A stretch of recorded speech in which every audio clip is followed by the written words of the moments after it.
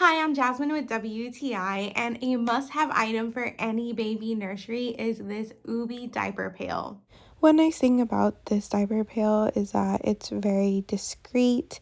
I love that it's easy to clean and that it holds in the odor really well.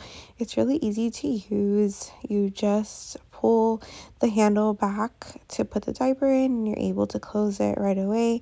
The only time you smell anything is when it's open, so it's good to be able to open it and close it quickly. And if you have any toddlers, you can also lock the entire top so that they're not playing with it.